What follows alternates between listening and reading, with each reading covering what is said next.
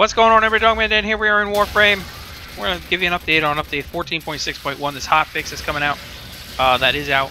It does address a lot of issues that I was going to actually talk about earlier in the day. Maybe not appropriately, stemming from last night's issues, but this does address some issues.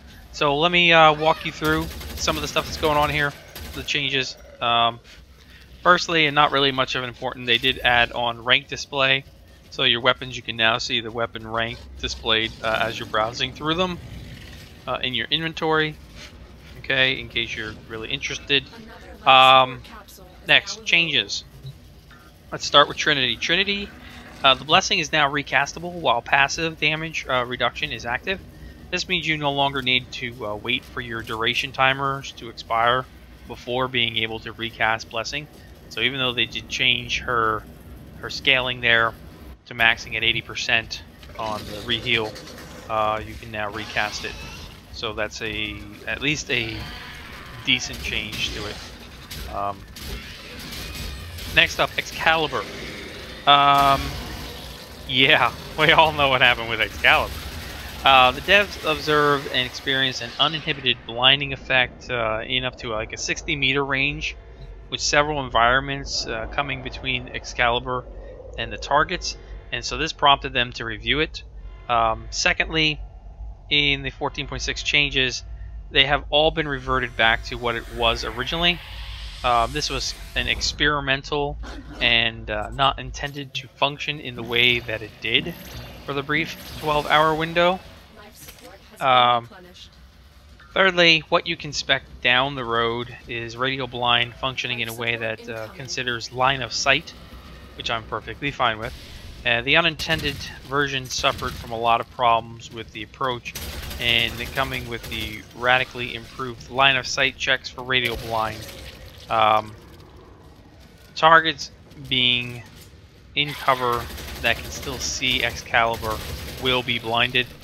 Other bodies won't inhibit their blindness, but walls will. So that'll be, when they do make the change, it'll be a change that we're all going to have to adjust to, but I can live with that, not what happened in this 12-hour window before. And also, as a note, I understand this is a beta. I get it. It's a beta. You do make changes, but you need to tell your player base in advance, or when you do it. You don't just throw it into the thing and wait for everybody to come back at you. That's just not the way it is. That's like being like EA. Just put it in there and wait till people bitch at you. Of course, the difference here is that DE actually does try to fix it, and EA would just say screw you. Okay, a big one here, Rage mod. So the mod was originally fixed to not give a player energy for damage that was never really dealt to the player. When they added the damage pre-death state in conclaves, etc., the original fix was unintentionally reverted. In 14.6, this fix resolves issues with rage and quick thinking. They gave effective permanent invulnerability because energy was being used, was being added to the pool that was never dealt to the player. With this change in mind, the combination of rage and quick thinking may seem less efficient as before, due to no longer giving effective invulnerability. The scope of this change is being monitored to ensure the usefulness of these mods as a combination. My answer to that right now is drop rage and quick thinking, go back to vitality, redirection, steel fiber, the original basic stuff, because right now what they did to rage, it's useless. It's absolutely useless. I used it with Excalibur in this 12-hour window when things were all messed up. It was horrible. I died twice in one mission that I would never died in, ever. Because Rage didn't even take the damage and convert it at all. And Quick Thinking just sucked my energy away before I could even do anything. So, the combination, whatever it is, sure, I understand you want to make adjustments to it. But what you've adjusted to it right now makes it useless. Some other changes. They changed the loading screen matchmaking logic to move on if after 10 seconds client is unable to properly join connect. Thank you. I waited 5 minutes at least last night for that one mission just to get into the thing. They changed the attack ferocity of Porpoise Mine Osprey. Before, no maximum existed on number of deployed mines, and now there is a maximum of 6 mines that can be deployed at any one time. They removed the crew bro roaming in the set until further notice. Oh, that sucks. They tweaked the performance of local reflection code on the DX10 and DX11 to address potential FPS loss. I had a comment about that a little while ago, that somebody was getting some FPS loss, so they did fix that.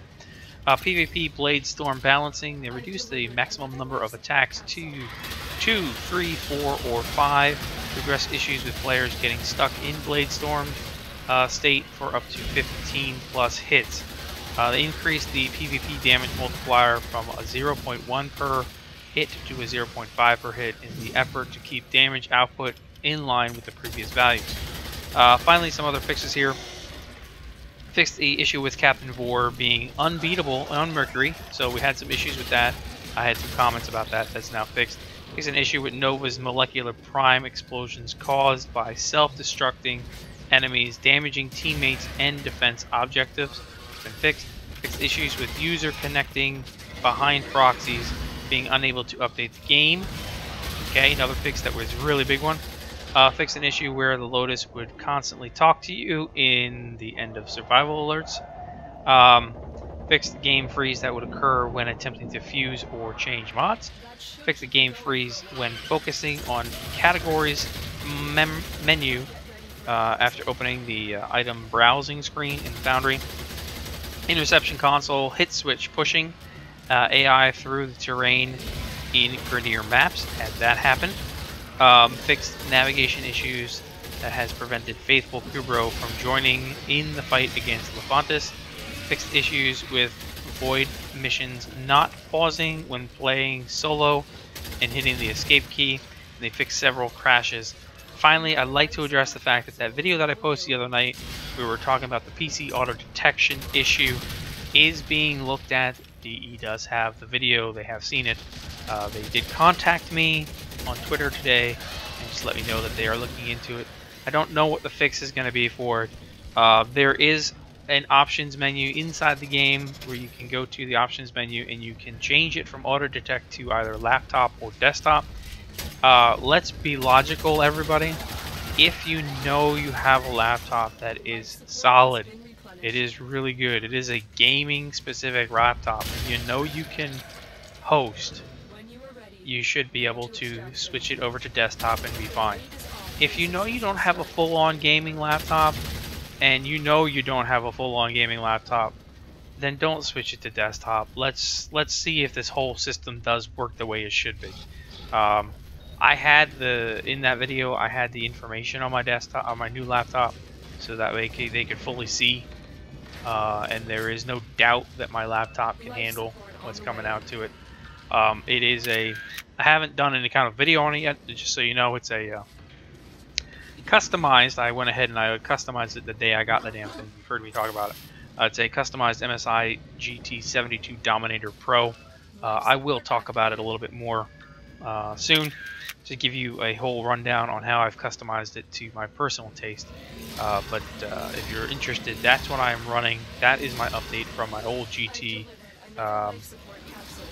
683 DXR that I had. So it's a big change for me, but yeah, anyway, so just keep that in mind.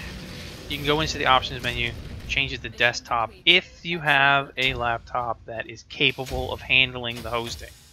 If you don't try it. Let's see if this system works. Otherwise, I'll keep you guys up to date. Thanks for watching. We'll see you soon.